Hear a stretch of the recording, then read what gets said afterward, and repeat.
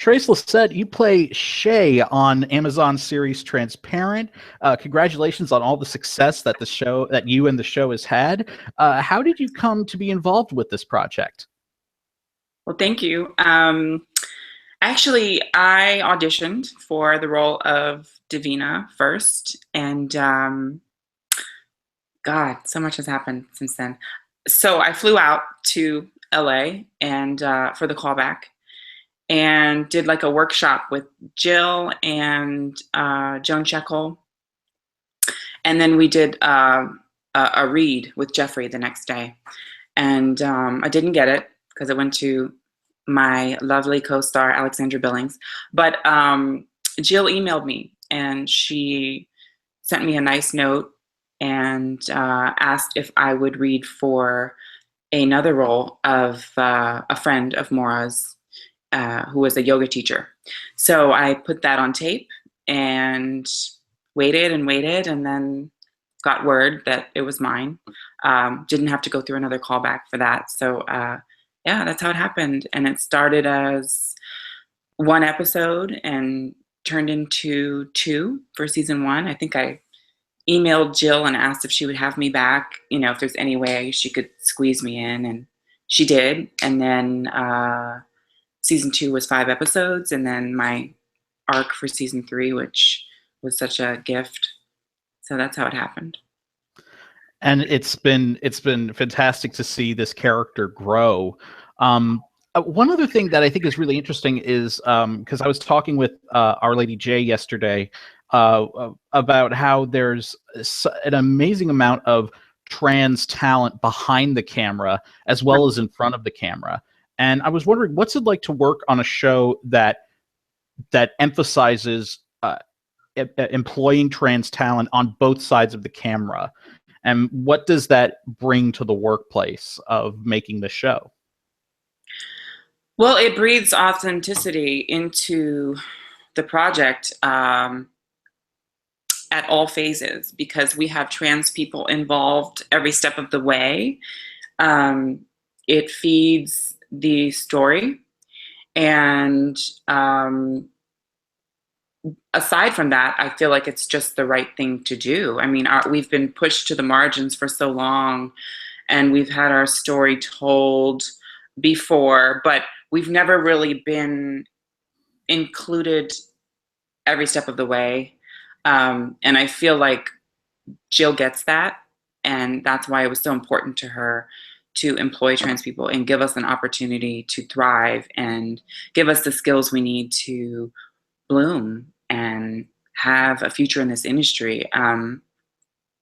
Hollywood is like these coveted pearly gates that only a select few get to walk through. And before now, there really hasn't been much trans presence. So I feel like beyond helping the authenticity of the project, it is the human thing to do, to involve us in our own narrative. I wonder what it's been like to watch a cisgender male like Jeffrey Tambor become so engrossed in what it means to be trans, because you really get the sense when you see his performance that he's not just playing a role. This is something that he's deeply committed to. And I wonder what it's been like to see someone do that, especially someone who, as trans people have become more visible in the entertainment industry, we've seen more trans people actually portraying trans roles as opposed to cisgendered people. Right. I think Jeffrey gets it. I think it's also important to understand that this character is based off of Jill's parent in real life. And they transitioned very late in life and are still kind of figuring out where they fall on the gender spectrum. So for me, it's really important that he does get it, and I can tell by the work that he does. And he does indeed get it. And I think that casting trans is what's happening now. Maybe at the inception of this show, it was still something everybody was kind of getting on board with.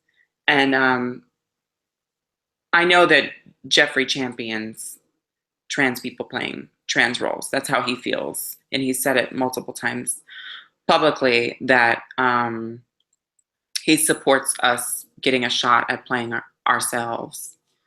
But it's really something to see him embody Maura with the compassion and the love. And it really is lovely to work with him and see his brilliance and his spontaneity on set. Like, I love working that way. I love that Jill lets us riff off script if we need to and be in the moment and really create that magic. I love working that way, and I'm probably spoiled now because we get to work that way.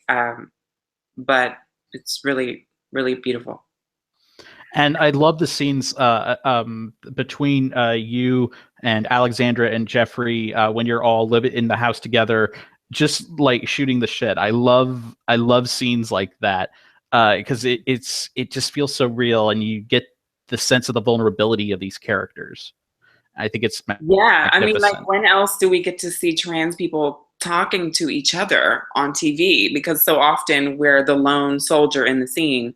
But those scenes to me are so near and dear to my heart because I get to be there with Alexandra Billings, who's, you know, such a pioneer for trans actors, and then Jeffrey embodies Maura so well that he, you know, he really is just one of the girls in those scenes, and you can feel the love and the authenticity that's there.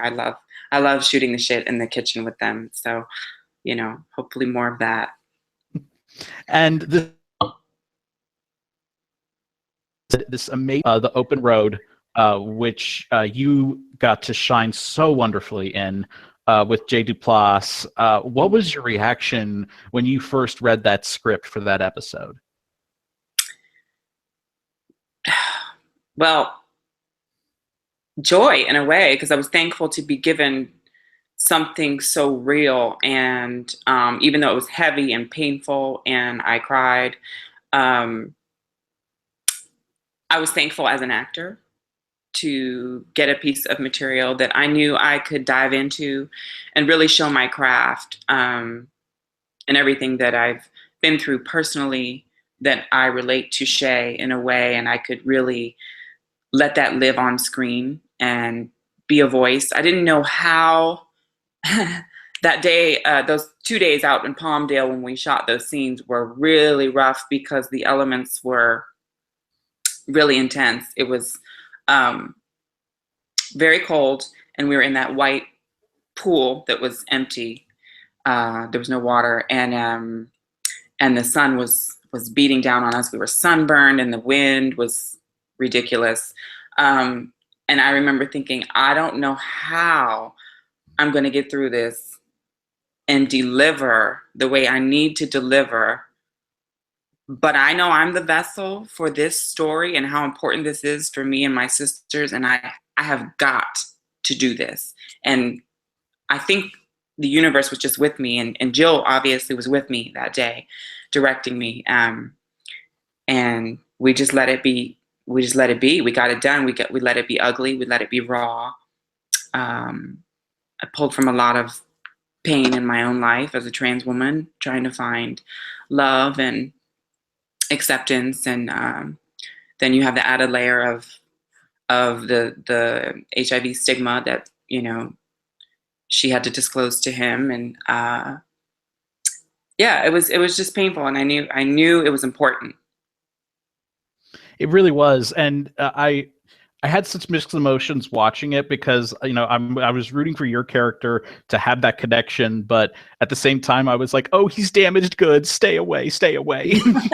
Yeah, I mean, how many times have we all gone for damaged goods? You know, I know I'm guilty of it in my own life.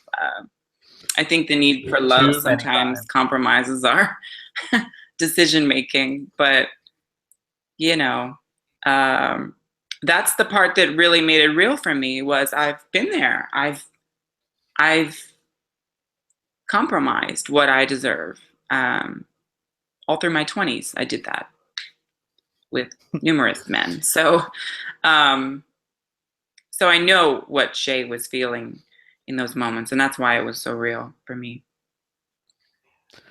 So there's a lot of, the trans community has been visible for a while, but now it seems like now is like their moment, and even with like the gay rights movement that's been going on for almost 50 years now, there's still a lot of misconceptions about the gay community, and of course there are still a lot of misconceptions about the trans community.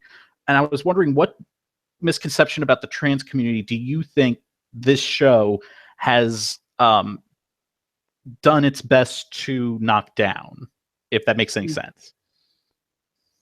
Well, I think that the biggest thing is that they've shown that we are human, because often we just get reduced to a little one episode bit part or trope. And the fact that this series is based around a trans character who has trans friends kind of humanizes us for the masses. And so I think that is the biggest thing, is like it lets us into your homes where you can get to know us and see that we hurt and cry and feel joy just the same way you do.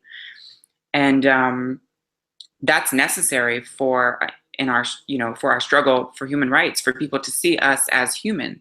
Because if there's a disconnect there, people, they don't connect the dots and they don't see that, we feel what you feel.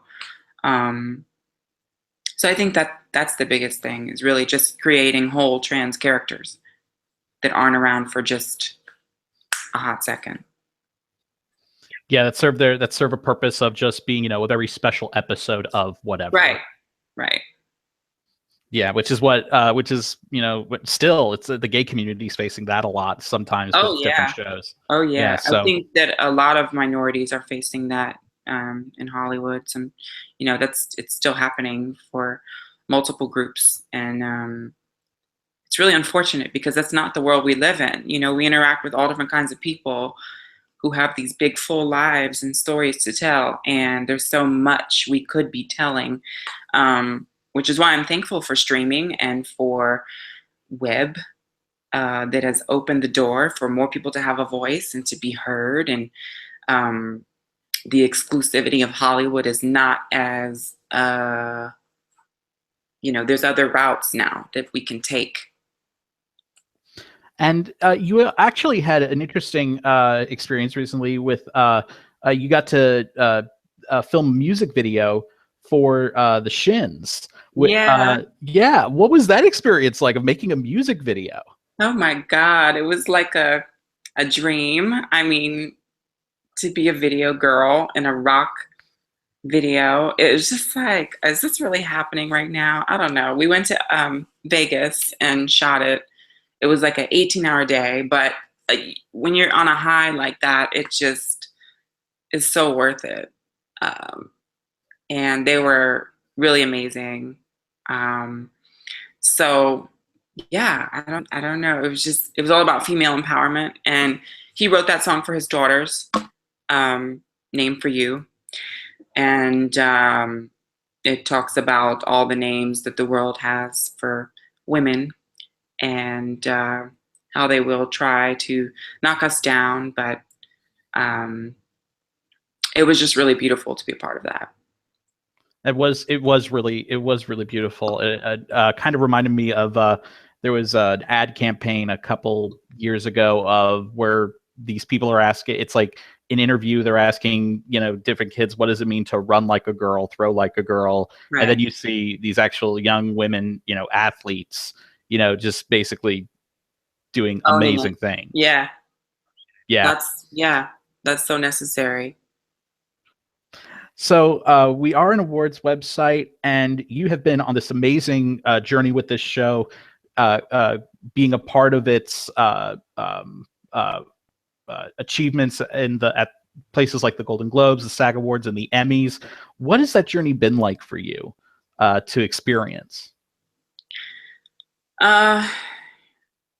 Amazing. I mean, it is work sometimes to get all together for those things. But it's such a privilege to be there and be visible for my trans brothers and sisters who have been fighting to be seen for decades. And I don't take it lightly. It's something that I'm very proud to be a part of and to be in those spaces. I think I was the only trans person in the room at the Golden Globes this year, and that was kind of heavy, like I had to sit back and think about that and what that meant, being there and taking up space among Hollywood's elite, and how important that was, and to be grateful. Well, Trace, I can't thank you enough for joining us. We wish you all the best of luck with the upcoming Emmy season and with the upcoming season 4.